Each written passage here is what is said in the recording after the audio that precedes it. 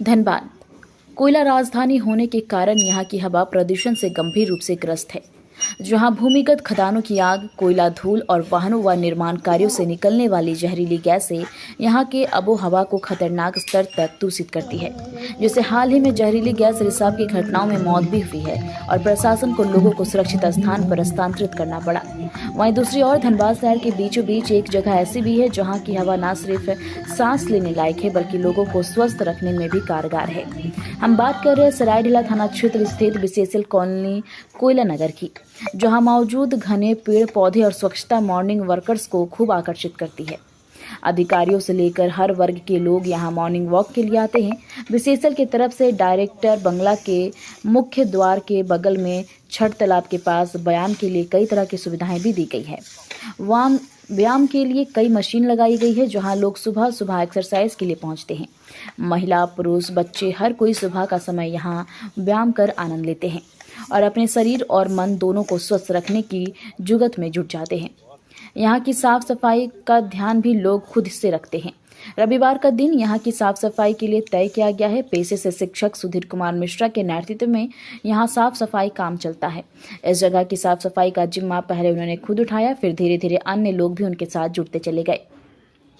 धीरज मिश्रा कहते हैं कि हम अपने तन मन के साथ आसपास की सफाई पर भी ध्यान देने की जरूरत है।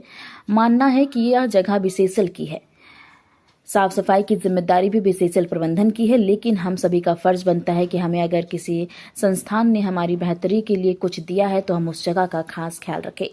उन्होंने कहा कि पहले अपने आप में यह विचार लाना होगा, उसके बाद ही हम स्वच्छ भारत का संदेश देश को दे सकेंगे। उन्होंने कहा कि तन मन के साथ साथ आसपास की भी स्वच्छता जरूरी है, तभी हम स्वस्थ रह सकते हैं। यही वजह है कि पीएम मोदी स्वच्छ भारत अभियान चलाकर लोगों को स्वस्थ रहने का संदेश दे रहे हैं। यहाँ पे क्या कुछ आप लोग कर रहे थे अभी? सर, ये सभी आम पब्लिक थे और मेरा नाम सुधीर कुमार मिश्रा है। हम लोग यहाँ एक्सरसाइज करते हैं हर रोज़।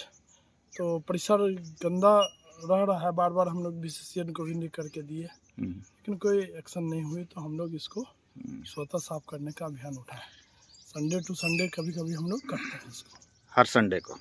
हर संडे नहीं, हर अल्टरनेट संडे में हो ही जाता है। गंदगी रहता है तो? गंदगी रहता है, जब हम लोग देखते हैं उस हिसाब से हम लोग करके अपना हम उसके लिए सारा मास्क उसकी व्यवस्था करते हैं, ग्लव्स, ताकि जहाँ कहीं भी इस तरह की गंदगी रहते हैं, वैसे लोगों मान लें कि लोग घूमने जाते हैं, सुबह में मॉर्निंग वॉक पे जाते हैं, गंदगी बहुत रहती है, तो कोई ज़रूरी नहीं है कि प्रशासन या फिर बीसीसीएल ही सफाई करे, अपने से भी लोगों को आगे आने की ज़रूरत है। इसके लिए ज़रूरत है कि मैं जब तक आगे नहीं बढ़ूँगा तब तक दूसरे लोग नहीं आएंगे जी। जैसा कि हम लोग यहाँ करते हैं, किसी को कोई प्रेशर नहीं है कि हाँ वो आए, लेकिन आपने अभी देखा होगा कि बहुत सारे लोग उसमें शामिल हुए। तो इसी तरह से होते हैं, पहले हम बढ़ेंगे तभी तो दूसरे लोग बढ़ेंगे। लोगों को क्या संदेश देना चाहेंगे इस तरह से जो आप काम करते हैं? अच्छा, जैसा कि मोदी जी स्वच्छ भारत अभियान चलाए हुए हैं, तो स्वच्छता तो हमारी सबसे पहले स्वास्थ्य की निशानी है। सबसे पहले स्वस्थ रहने के लिए स्वच्छ रखें वातावरण को, जहाँ भी दिखे वहाँ सफाई खुद करें।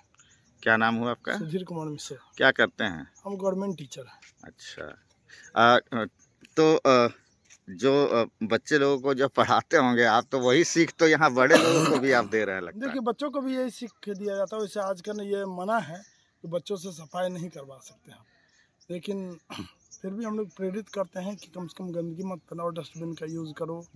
हाँ, ये सब चीज़ बच्चों को सिखाया जाता है वहाँ भी। किस स्कूल में टीचर? हम धनबाद प्रांजल अकेडमी 10+2। अच्छा।